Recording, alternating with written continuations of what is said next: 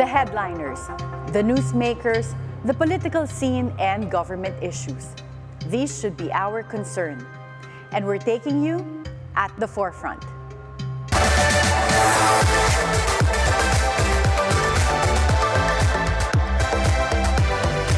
morning. I am Attorney Karen Jimeno. Today is Monday and people are still on a holiday because we're celebrating National Heroes Day. Join me at the forefront as we zero in and discuss the details of some of the most pressing national issues that our country faces. Some 2,000-strong PNP personnel, led by Region 11 Director, Police Brigadier General Nicolas Torre III, raided the Kingdom of Jesus Christ compound in Davao City. The mission?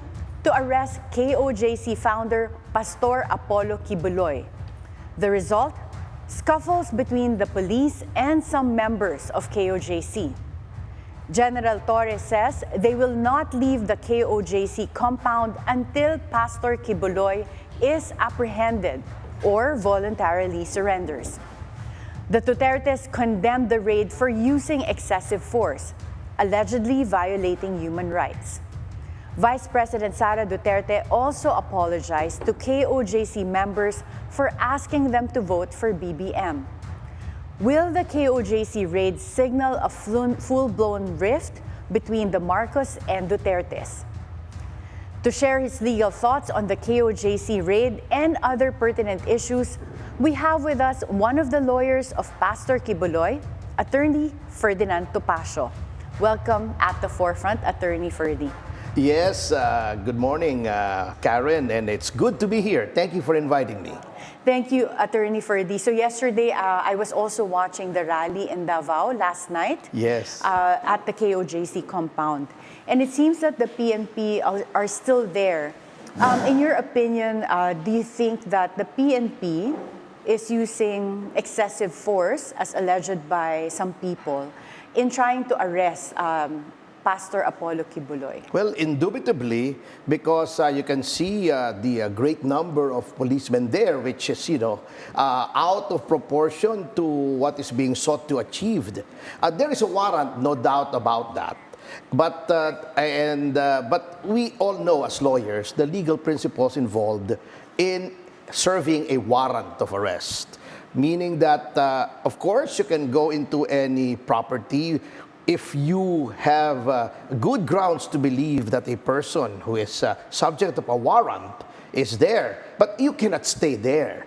You cannot take full possession of that property. Definitely, the command that they will not leave until they find Pastor Quiboloy is totally illegal. And I think a lot of people have already weighed in on that. So, and I don't think that the president can escape responsibility for this brazen abuse of power because he cannot be unaware of what is happening in Davao City. It's a matter of that has attained wide publicity, and as chief executive, under whose office is the Department of the Interior and Local Government, which in turn has command of the police, then I think the most prudent course of action for the president to take is call off his dogs, so to speak, and let the regular course of things go ahead.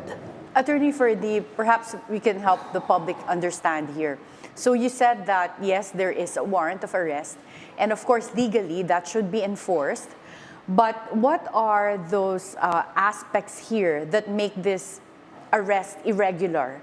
You mentioned the overstaying. So yes, right now, is the PNP violating the law by staying in the KOJC compound? Definitely, because from my 32 years of experience as a lawyer, sometimes my clients are the subjects of warrants. Sometimes we are the complaining witnesses who obtain warrants of arrest for certain persons.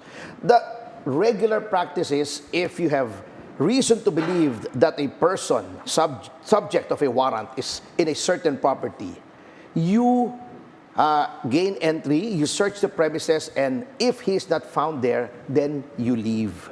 And of course, excessive use of force is not allowed. I think 2,000 policemen in full riot gear many of them armed.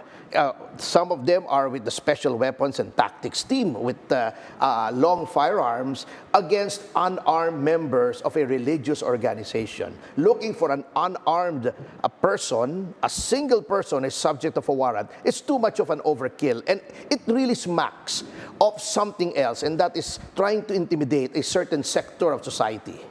Attorney Ferdy, in legal terms, we usually look at excessiveness as based on the circumstances, right? Yes. So in this case, what about those who would argue that the fact that there are several people in the KOJC compound, it was necessary to have 2,000 PNP personnel? Well, of course, there will be people there. It's a place of worship. It's the compound of a religious organization, so people are expected to be there. So all of these are unwarranted. You know, there could have just been negotiations. There could have just been good offices. But no, they opted to go into shock and awe. And as a result, people were hurt. I think one person had already died.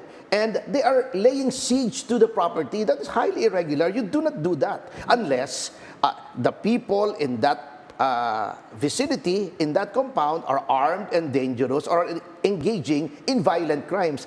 There is no way for these people to engage in violence.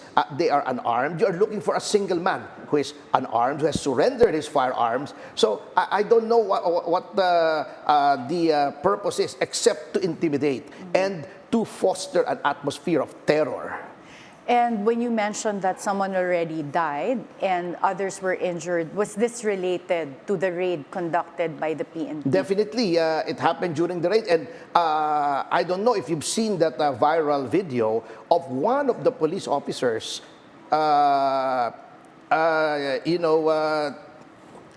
treacherously spraying pepper spray on a female official of the Kingdom of Jesus Christ. She had her back turned towards him, and then he sneaked around and sprayed pepper spray on her face while she was doing nothing to him, as she was talking to someone else. So these are abuses that have to be addressed. Is the KOJC looking at possible legal remedies against the PNP and the DILG and the government for this raid? There we have a very good legal team in place in Davao City, led by Attorney Nicolas Torre III, and they are the ones discussing it. I may probably be able to give you more information as soon as I arrive in Davao and try to help out the legal team there in this situation. Attorney Ferdy, would you know if Pastor Quiboloy is still within the premises of KOJC compound? I have no information with respect to that, but I'm sure if you were there, 2,000 policemen who have combed every inch of the compound. It's so funny when you look at the videos, they're even looking inside shoe racks, as if Pastor Quiboloy would fit inside a shoe rack. Mm-hmm. So it's really funny. They have gone through every square meter of that place, and they have not found the pastor. So under those circumstances, I think it is really strange that they would remain there.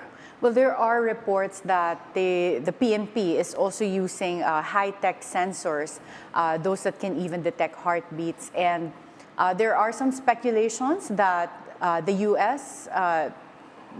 Armed Forces or the U.S. Is also assisting in conducting this raid. What are your thoughts on that? Well, in that case, now it gets really curiouser and curiouser, as Dr. Seuss would say, because this is an enforcement of a local warrant, a domestic warrant issued by local courts. So why are foreign powers intervening?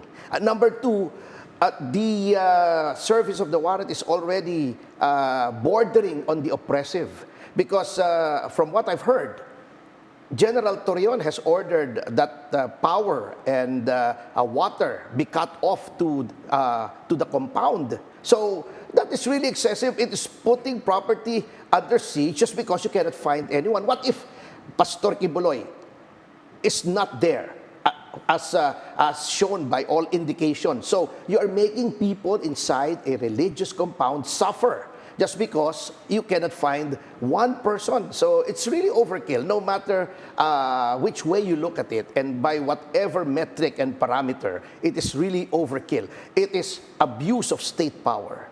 When you say it's overkill, does this also constitute violation of due process and constitutional rights of the members of KOJC compound? Definitely, because they are not the ones who are subject of the warrant. Of course, there may have been some resistance, but the police have already gained control of the compound, which is improper and illegal in the first place. So, if they are unable to find a person there, then they should just leave the premises. There is no justification for the police taking possession of any property by virtue of a warrant of arrest or even a search warrant. You mentioned, Attorney Ferdy, that the warrant being enforced now by the PNP is locally issued. But in the United States, from what we understand, can you give us an update? Does Pastor Quiboloy have an existing warrant of arrest issued in the United States? Then they should make the proper coordination. I do not see any proper coordination. And I do not see any overt efforts by the U.S. government to enforce the warrant. So is there a warrant of arrest in the United States that's currently outstanding? There is, yes. But as we all know, the FBI has no jurisdiction on Philippine soil. So they should coordinate with our authorities. There are treaties in place, yes, concededly. But if that is so, then the government should be transparent about it, because anything that a foreign country does inside our jurisdiction is a derogation of our sovereignty, and the public has a right to know what these efforts are.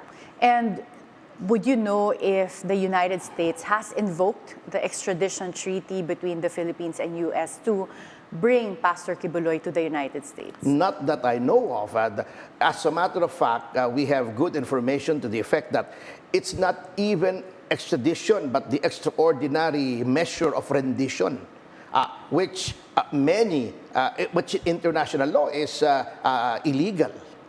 Yes, and in this case, do you know if the KOJC are looking into any remedies from the local courts to have the PNP vacate the KOJC compound? Yes, we are looking at all remedies, but unfortunately, Karen, I think the remedy would lie internationally by going to UN bodies that enforce human rights, because as you can see, we are living under a virtual dictatorship, and no speedy and adequate remedies from the courts are forthcoming or from any institution here. In fact, strangely, the Commission on Human Rights is even backing the use of excessive force by the police. So there being nowhere to turn to in this country, then I believe that now is the time for resort to international organizations. Attorney Ferdy, I'm going to go off topic from KOJC right now, because you mentioned also the sovereignty issue. Yes. When it comes to the ICC warrant of potentially issuing a warrant of arrest because of the ICC complaint against the drug war in the Philippines, do you think that the raid being conducted right now by the PNP in the KOJC compound is a prelude to what might happen or how the local authorities will conduct themselves should the ICC issue a warrant of arrest against former President Duterte and any of his police officials? Yeah, it could. I would not rule out that possibility, because as I've said, the manner by which the warrant is being issued is intended to foster an atmosphere of terror and shock and sheer fear among the population of Davao City. So I think you are right there. I think you have something there when you say that it may be a prelude, because President Duterte being a very popular president, we can expect public discontent to arise. A groundswell against any attempt to arrest him, especially in connection with a so-called drug war that has been very popular with the Filipino people. Earlier, you mentioned that President Bongbong Marcos should fend off his dogs, meaning the PNP, Yes. from the KOJC compound. Do you think that all of this then is orchestrated with the direction of President Marcos? Yes, definitely, because as we say, when it comes to the presidency, the buck stops here, as President Truman once said. So whatever it is, the police is an organization under the executive branch, and the chief executive cannot distance himself from any act of the police of this magnitude. Probably when it comes to individual members of the police force, we can absolve the president of any knowledge or any liability, but something so big, something so organized, something so focused on a single matter cannot but come from the highest echelons of government. Well, right now, there's also the Quadcom committee in Congress investigating the supposed links between POGO operations, the illegal drug trade, and I think other illegal activities together. Would you say that this also has a direction from the president in terms of conducting, a demolition job, as others allege, against the Dutertes? Well, the signs are all there, and one must be blind not to see it. The party in power enjoys a supermajority in at least the House of Representatives, which is led by no less than the first cousin of the president. And we have seen how the House legislative power of inquiry has been weaponized to destroy personalities linked to the Dutertes. The latest of which is the citing in contempt of Attorney Harry Roque, a good friend of ours. So you can see how everything is being used in order to destroy the Dutertes, because I think politically they are still perceived as a threat to the continuation of any kind of dynasty that the Marcoses are planning at this point.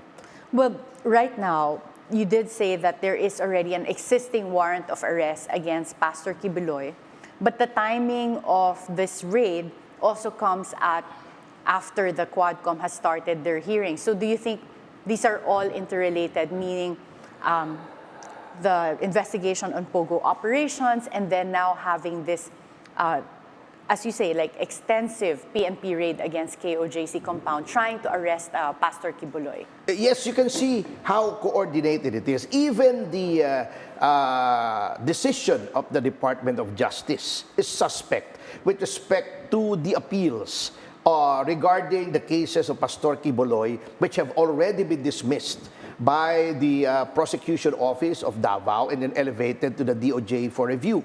That case has been sitting there for 2 years.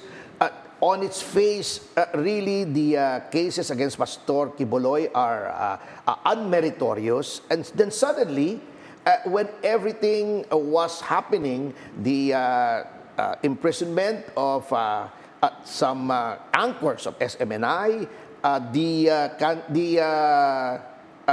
House bill that was subsequently approved, revoking the franchise of SMNI. All of this, you can see a pattern of harassment and an attempt to destroy certain individuals, organizations, and institutions that are perceived to be critical of the present administration. Well, Attorney Ferdy, you mentioned just right now that the cases against Pastor Quiboloy are all unmeritorious. So if that were the case, would you advise him as the lawyer to just appear in court then so that he can prove that all of these cases are unmeritorious? Well, we cannot subject a person to court proceedings wherein we know that he will not be treated fairly and impartially. Even now, you can see what kind of treatment he is getting. While he is accused of certain crimes, many others are accused of even more violent crimes. And they do not have a bounty of 10 million. I was, in fact, citing the example of an Islamic rebel whose actions have resulted in the death of 46 people. Yet, his bounty was only 1.3 million. And 2,000 policemen were not mobilized to arrest him, not even 100 policemen. So you can see how peculiarly Pastor Quiboloy is being treated under the circumstances, under the fact that the entire machinery of government has been mobilized to imprison him, or worse. How can we now, in good conscience, subject a person like that to processes which may result in danger to himself and a very biased and prejudicial treatment? What is the case filed against Pastor Quiboloy here in the Philippines that led to the issuance of the warrant of arrest? Can you give us a context? Being accused of child abuse, of human trafficking, etc. But, you know, the point is, we can see how the constitutional presumption of innocence is being disregarded here. The constitutional presumption of equal protection, of due process. So that is why, following the doctrine first propounded by Senator Panfilo Lacson, he is not a fugitive from justice. He's a fugitive from injustice. And according to the Supreme Court, self-preservation is the primordial law. And in doing so, Pastor Quiboloy is just trying to protect himself from an unjust and oppressive regime. So you don't believe that the courts are isolated from all the politics, that they can decide independently? The courts are, of course, independent, but with the prejudicial publicity, the mobilization of government resources against Pastor Quiboloy, there has been created in the minds of a lot of people, and this may influence the courts, that Pastor Quiboloy is already guilty. All this circus is really intended to propagate the false belief that Pastor Quiboloy is guilty when there is a presumption of innocence. Attorney Ferdy, what about the case in the United States? If you think that there's no chance of a fair trial in the Philippines, what about surrendering to the authorities in the U.S. and having a fair trial in the U.S.? There is an ongoing trial, or I think there is something to be scheduled this year in the United States. And in that case, any acquittal of the accused in the United States will redound to the benefit of Pastor Quiboloy. So that question has become moot because of all the matters, all the events that are happening in relation to Pastor Quiboloy in this country right now. Okay. Former President Rodrigo Duterte and Vice President Sara Duterte issued statements condemning the PNP operations. And Vice President Sara even apologized to KOJC members for endorsing President Bongbong Marcos during the elections. Do you think this signals a full-blown rift between the Marcoses and the Dutertes? But before you answer that question, Attorney Ferds, we'll have to take a short break. At the forefront, we'll be right back.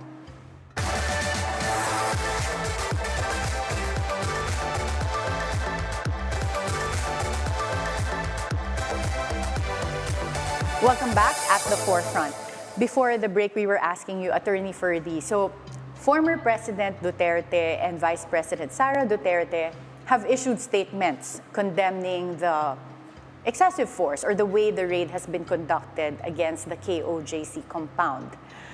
And the Vice President even apologized to KOJC members for formerly endorsing President Bongbong Marcos during the presidential elections. Do you think this now shows a full-blown rift between the Marcoses and the Dutertes? I believe so. But in my humble opinion, the Vice President has nothing to apologize for because we were all fooled.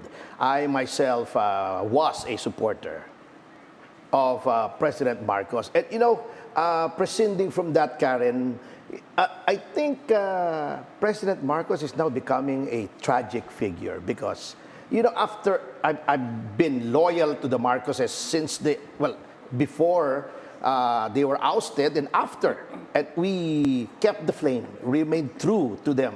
We never wavered. But you mean by we, your family? Yes, or? my entire family. So, for 40 years, we strove to destroy the yellow narrative about the Marcoses, and Bongbong Marcos was given the golden opportunity to redeem the Marcos name, only for all of these things to happen.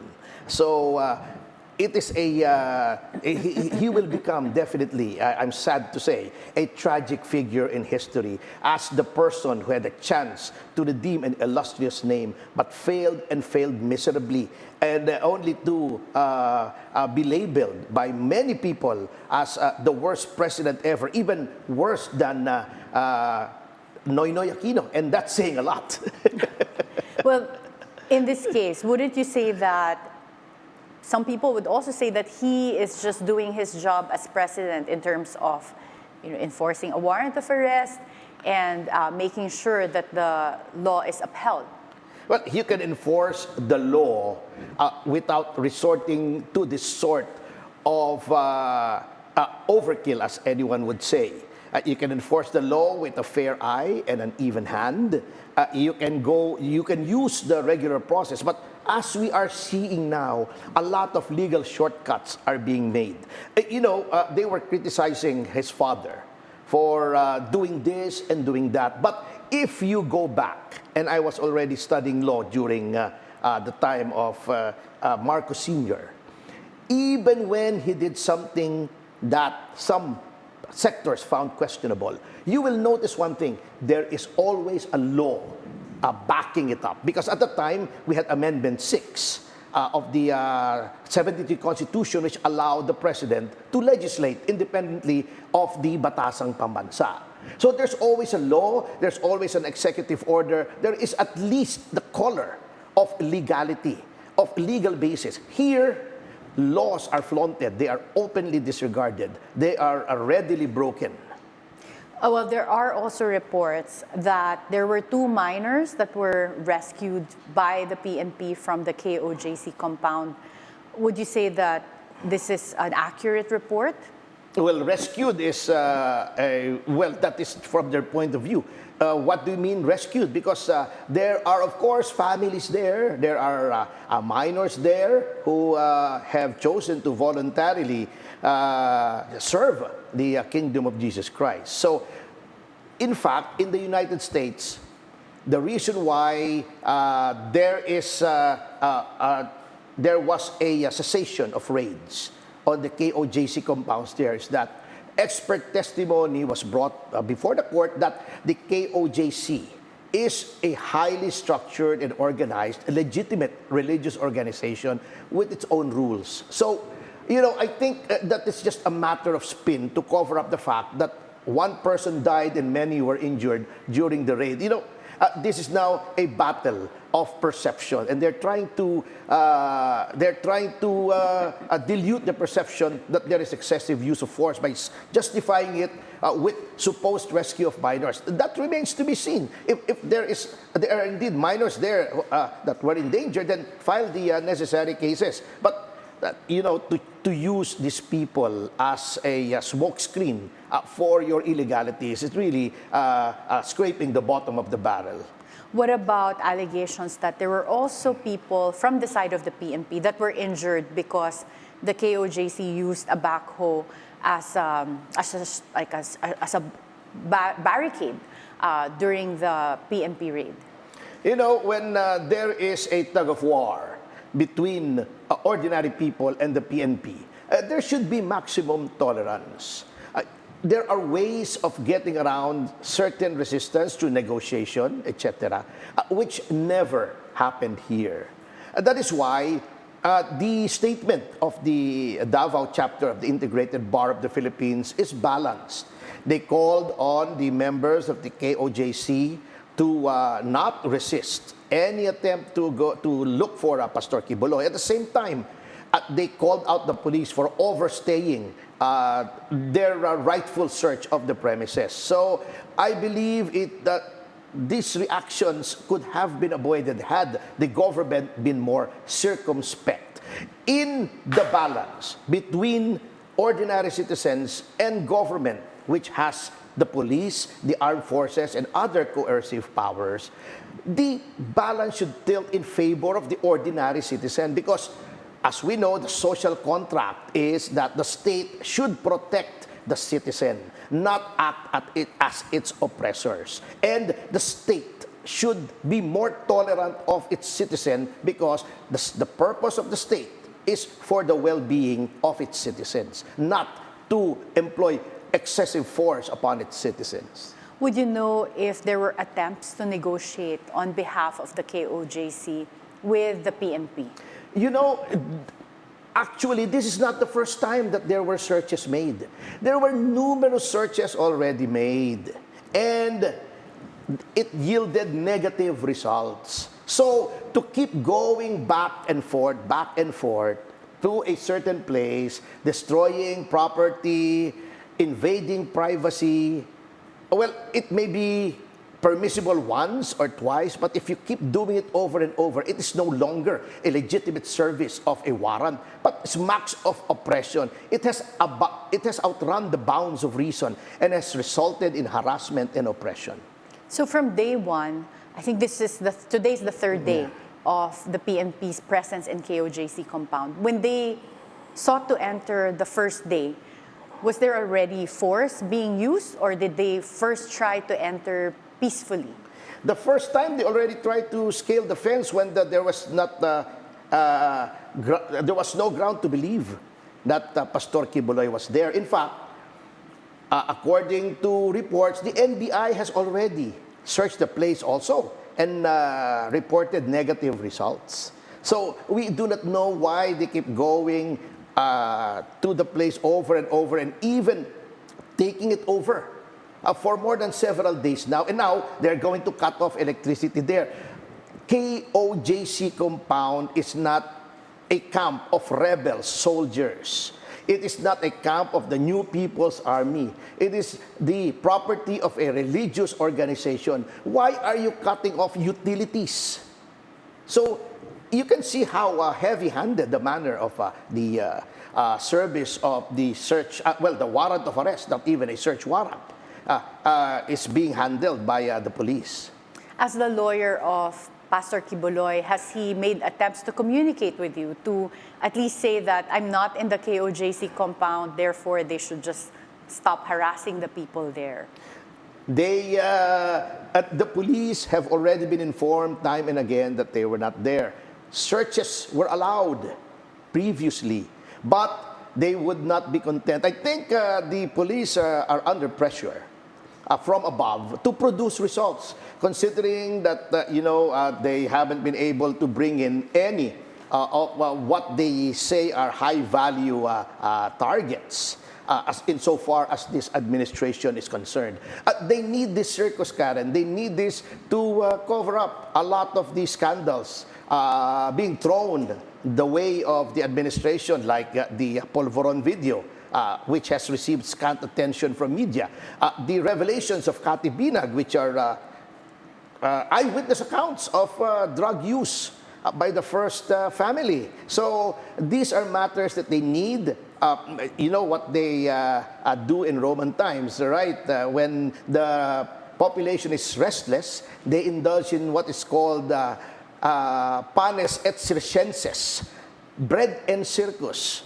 Nagbibigay ng ayuda, they give bread to the people, and they give them circuses like this Pogo and this Pastor Quiboloy and all of that. So to distract from the real problem, which is hunger, high prices, etc.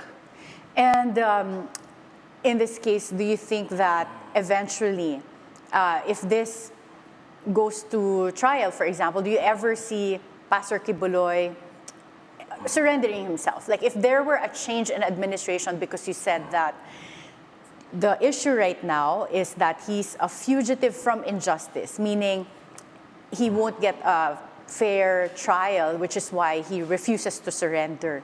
If there's a change in administration 3.5 years from now, do you see Pastor Quiboloy surrendering himself and appearing in court to face these charges? Well, not necessarily a change in administration, because our desire is not political but legal. whenever there is a chance for fair and impartial treatment, then we will go through the legal processes. As in fact, we are going through the legal processes now. We are resorting to the courts. We are resorting to appeal to the appellate process by seeking a re-examination of the charges against Pastor Quiboloy. But it would seem that under the present circumstances, there is no chance for due process to take its course.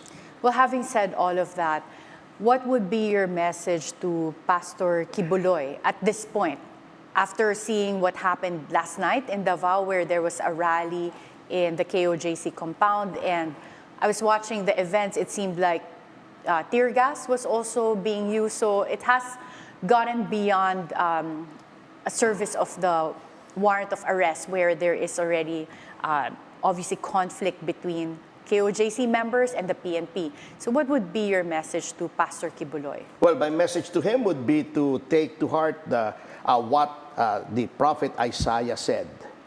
Do not be afraid, for I am with you. So he should not be afraid. He should keep on fighting for the truth. And the legal team is here to back him up whenever possible, notwithstanding the odds. Insurmountable odds at this moment, we will continue fighting for him, to attain justice for him, because that is our bounden duty as lawyers and officers of the court. What would be your message to the PNP? Ang mensahe ko sa kanila ay, I know that you are just doing your job, but doing your job is not the end-all and be-all. I would like to quote Mayor Magalong. When he resisted attempts to exonerate President Noynoy Aquino from the SAF 44 fiasco, he said, you have to choose between career and conscience. When you retire, your career is over, but your conscience stays with you for the rest of your life. Are they going to spend the rest of their lives looking back at this episode and seeing that they did not follow their conscience? That is a matter that only our police officers and our policemen can decide. Thank you so much, Attorney Ferdinand Topacio. We do hope, as Filipinos, that this conflict is resolved very soon. Well, the ball is not in the hands of the ordinary citizen, but in the hands of the powers that be. Okay, thank you so much for your time. You're most welcome. It's been a pleasure. We'll be right back. And as the lawyer of Cassandra Ong, are you ready for a Senate TRICOM hearing? Well, we are ready. We're prepared for tomorrow, so we'll see what happens then. Okay, sorry, I had to add that last question, but course. It was part of our interview. But thank you so much again for your time here, Attorney Ferdinand Topacio. As I've said, always a pleasure, Karen. Okay. At the forefront, we'll be right back.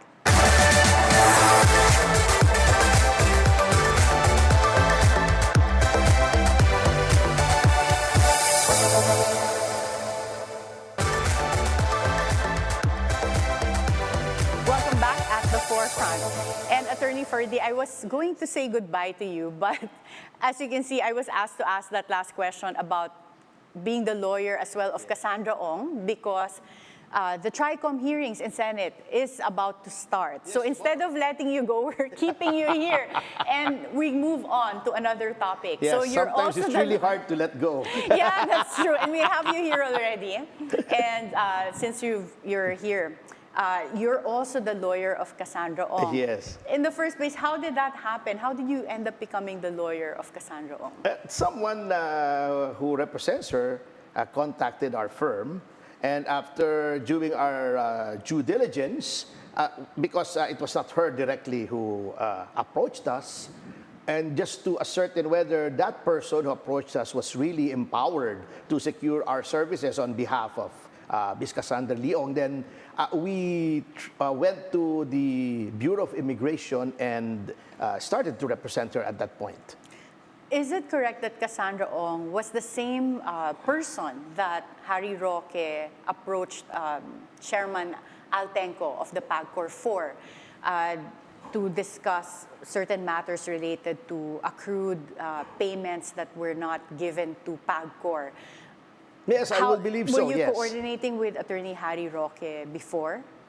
No, just when we were hired as Miss Ong's lawyers. And of course, we had to coordinate with another counsel. I do not think that Harry was already discharged, so he's still one of the lawyers of Cassandra Ong with respect to, I believe, Whirlwind Corporation. Okay, so Attorney Harry Roque was also, or is one of the Still, lawyers. I would say so, yes. Okay, so let's go to Cassandra Ong. She was recently apprehended in Indonesia, and upon arrival in the Philippines, a warrant of arrest was also served on her. What case brought about that specific warrant of arrest? No case, actually. That is why her apprehension in a foreign country upon the behest of this government is also irregular, as it violates the right to travel. Because Miss Cassandra Ong, and you can fact check this from the Bureau of Immigration, left the country through normal channels. She has a valid passport. The BI told me when I inquired, when I arrived there a few days ago, when she had been repatriated, that their records indicate that she is a Filipino citizen. So no problem with a Filipino passport. Miss Cassandra Ong has no other passports issued by any foreign power. And when she was taken into custody by the NBI, there is no court-issued warrant of arrest against her. The only standing warrant against her was that issued by the House of Representatives. Now, and this is what I believe is questionable. The House warrant is directed to the House Sergeant at Arms, of course, because under the doctrine of separation of powers, the House, being legislative in nature, cannot issue orders to the police or to the NBI, which are both under the executive branch of government. So you can read, and we have a copy of the warrant. It is directed to the House Sergeant at Arms to take into custody, among others, Miss Cassandra Ong. Okay. Now, when the Secretary General of the House was interviewed, he said that the Sergeant at Arms, of course, not having any power to effect the arrest of anyone, has to coordinate with the Philippine National Police. It's fair. If you recall, that's the same thing that happened with respect to Mr. Lincoln Ong. A Senate warrant was issued against him for contempt. The Senate Sergeant at Arms coordinated with the PNP. But now, this is where the funny part is. In that case, once Cassandra Ong had re-entered the country, what the executive branch should have done was to turn her over to the House Sergeant at Arms for custody. Why? Because there is no court-issued warrant of arrest against her. None at all. There is no crime filed against her. None at all. So every minute that the National Bureau of Investigation keeps Miss Cassandra Ong under its custody, the crime of arbitrary detention worsens because it is time sensitive. The longer you keep a person, the graver the penalty becomes. So let's simplify this for everyone watching, layman's terms. So, one, there is no case filed against Cassandra Ong at the moment. Nothing in court. So there was warrant of arrest or an order of arrest. So let's try. It's not a warrant, exactly. yes. Because a lot of people get confused. Oh, there's a warrant of arrest. Even me, as a lawyer, when I heard the service of a warrant, I assumed there was already a court case filed because it's only the court that can issue a warrant of arrest. But what we have existing right now is an arrest order which stemmed from Congress. Yes. So there is no case filed. This is an arrest order, which means that by the rules of Congress, they usually issue orders of arrest in order to have someone be compelled to appear for a Congress investigation. Okay, so right now, there's also no, when there was an apprehension in Indonesia, it was just through pure coordination. There's no extradition treaty. None. And again, no criminal case filed against Cassandra Ong. None at all. So right now, when they apprehended and issued an order of arrest against Cassandra Ong. Where did they detain Cassandra Ong upon arrival in the Philippines? First, she was detained at the Bureau of Immigration, and then right now she is in the premises of the NBI headquarters in Quezon City, and that is why we were questioning that. And when I talked to Director Santiago, I told him, "Sir, should she not have been turned over to the House Sergeant at Arms?" He said, ang bagal nila, di dapat sila ang pumunta rito. But I said, "Sir, did you coordinate? Because you have no right to detain my client." And then here comes Miko Clavano justifying, saying that they are facing charges. That is the operative phrase here, facing charges. So it's no charges yet. Yes, even at this moment, no charges yet. What can they file against Cassandra Ong? So you said she has a valid Philippine passport. Does she have a Chinese passport or No, anything that not. would incriminate her? No, she does not. And I'm willing to bet the house on that. Is she engaged in any POGO operations? Well, that is a matter that has to be determined. And pending determination of any probable cause to hold her for trial, there can be, of course, as we lawyers know, no warrant of arrest. The mere fact that she had undergone inquest means that there is no case against her. Yes, Because, and inquest, yes. you mean, for those listening to us, there's still basically going to be an investigation as to whether there should be a criminal case filed against her. Yes, and in fact, those inquest proceedings, as we have manifested to the prosecutor, are themselves questionable, because as we all know, an inquest is only conducted in case of a warrantless arrest. Yes, meaning you catch a person In flagrante, yes, or meaning he's about to commit a crime, or he has committed a crime, and the arresting officer has reasonable grounds to believe that he is the one who committed the crime. In this case, how did the possible crime of obstruction of justice been caught in flagrante? Because she was in Indonesia when she was apprehended. She surely was not committing obstruction of justice there. And even if she were committing obstruction of justice there, the crime was committed outside of the jurisdiction of the Philippines. And with respect to it's even ridiculous harboring a fugitive, because she was with Sheila Guo, and Sheila Guo at the time was not a fugitive, because there are also no cases filed against her. So it's really funny what the Department of Justice is doing. But the Department of Justice, I assume, they have, of course, their lawyers there, and this is their primary role. I would assume that they know the rules. So don't you think that, to a certain extent, they have some evidence to, one, file the proper charges, and would you know if they have filed any criminal complaints with prosecutors? That's criminal complaint, but not an information, no information yet. In fact, there is not even a resolution from the prosecution with respect to a finding of probable cause on those cases. So I would say that no, the DOJ does not know what it's doing. Okay, so right now you also mentioned the arbitrary detention, and Yes. that can be filed for those of our viewers listening.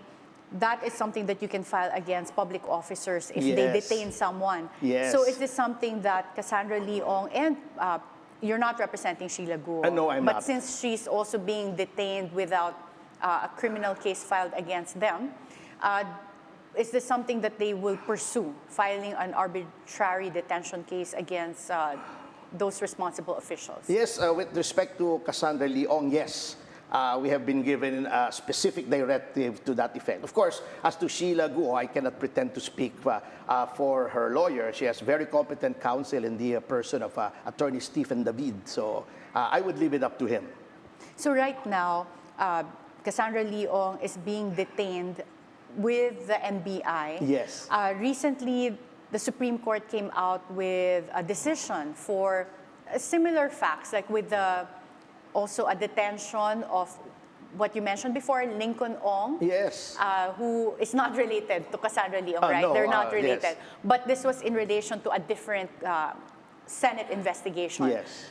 So at this point, do you think that the detention right now of Cassandra Ong would fall under the same factual circumstances where the Supreme Court already said that there should be no deprivation of liberty when it comes to investigations or Senate investigations or congressional investigations. Well, we concede that the legislature has the constitutional duty to conduct inquiries in aid of legislation. The facts are different because in the case of Lincoln Ong, he was ordered detained after supposedly making false or evasive answers. In this case, the detention of the order of arrest, rather, of Ms. Cassandra Ong was issued allegedly because she did not heed the subpoena of the House of Representatives. So those are two different matters, but the principles are the same, that the power of the legislature to order the detention of persons is not unlimited. It is subject to certain conditions, and I believe there is a good trend on the part of the courts to limit the powers of the legislature, which have lately been subject to a lot of abuse, especially when Senator Gordon was head of the Senate Blue Ribbon Committee. Okay. Attorney Ferdy, a final question. Yes. Can we expect Cassandra Ong to then appear in the Quadcom hearings and in the Tricom hearings? She will be appearing because she has no choice. She will be brought there by the NBI.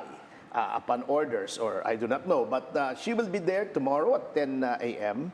and we will be there to protect her rights and interests as always in accordance with our duty as members of the Philippine Bar. Okay, thank you so much, Attorney Ferdinand Topacio, and thank you for spending your holiday morning with us. Yes, it's every day is a holiday with you, Karen. Thank you. The large-scale raid of the PNP on the Kingdom of Jesus Christ compound is perceived by some people to be a statement of the current administration against the Dutertes, rather than an act to enforce a court order. Political lines have been drawn and a full-blown rift is apparent, as politics starts to heat up even before the 2025 midterm elections. Be timely informed, be insightful of the news. Always stay at the forefront. Join us again tomorrow for meaningful conversations that would help you form an objective, personal opinion. This is Attorney Karen Jimeno. Thank you for spending your hour with us.